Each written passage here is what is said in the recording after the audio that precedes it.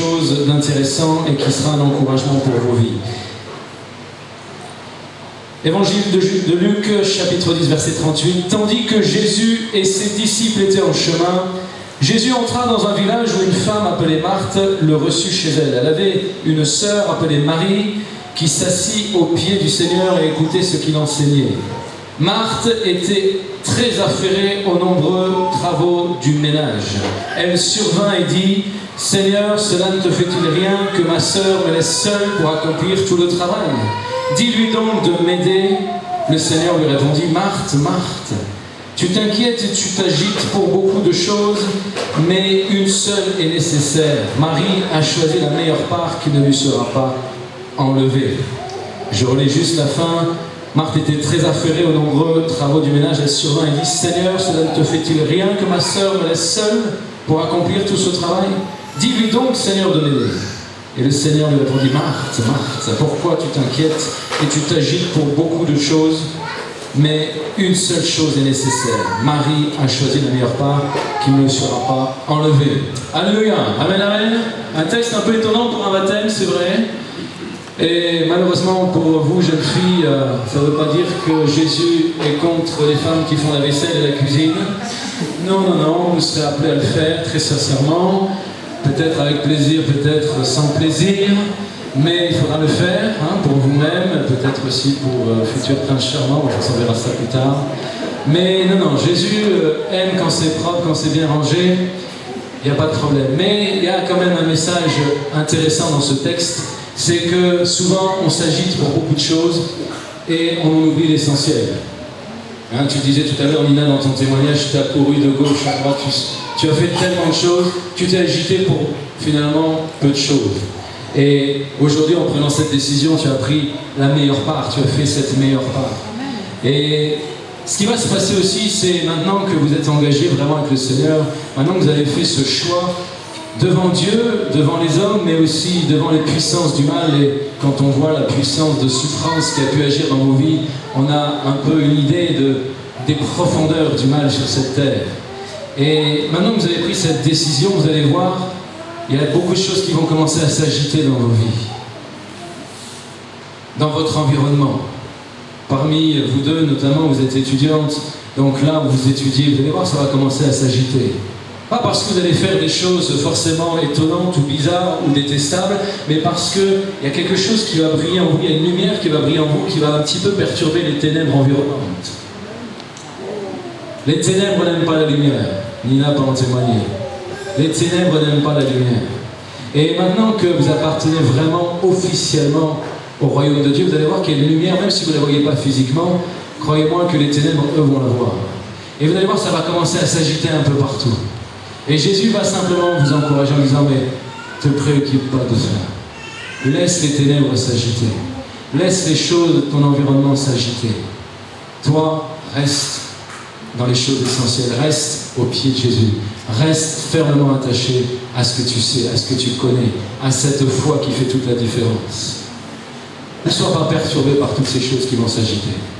Laisse le monde s'agiter. C'est un monde, toi qui as connu les soirées étudiantes, qui s'agite beaucoup, qui fait beaucoup de bruit, mais en réalité, ils ont simplement besoin de connaître comme vous cette paix, cette joie qu'il y a en choisissant la bonne part au pied de Jésus. Et je voudrais vraiment simplement libérer cette parole d'encouragement dans votre vie. N'ayez pas peur de ce qui va se produire et soyez fiers d'appartenir à Jésus-Christ. Le monde est fier de plein de choses où il n'y a vraiment pas lieu d'être fier.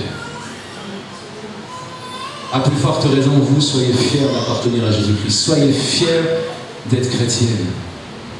Tu le sais, toi, Wendy, moi je me suis fait baptiser, j'avais le même âge que toi.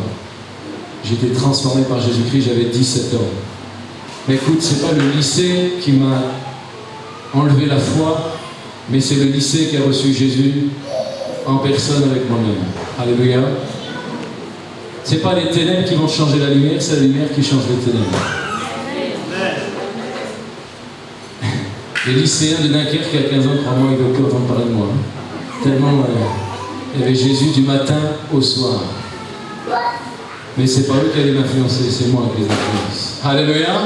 C'est la lumière qui change les ténèbres. C'est pas les ténèbres qui influent sur la lumière.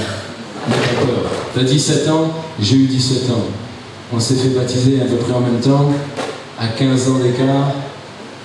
Et crois-moi, Dieu est le même, il n'a pas changé. Le Dieu qui m'a accompagné, le Dieu qui m'a fortifié, le Dieu qui a parlé au travers de moi, le Dieu qui a confondu les ténèbres, c'est le même Dieu aujourd'hui.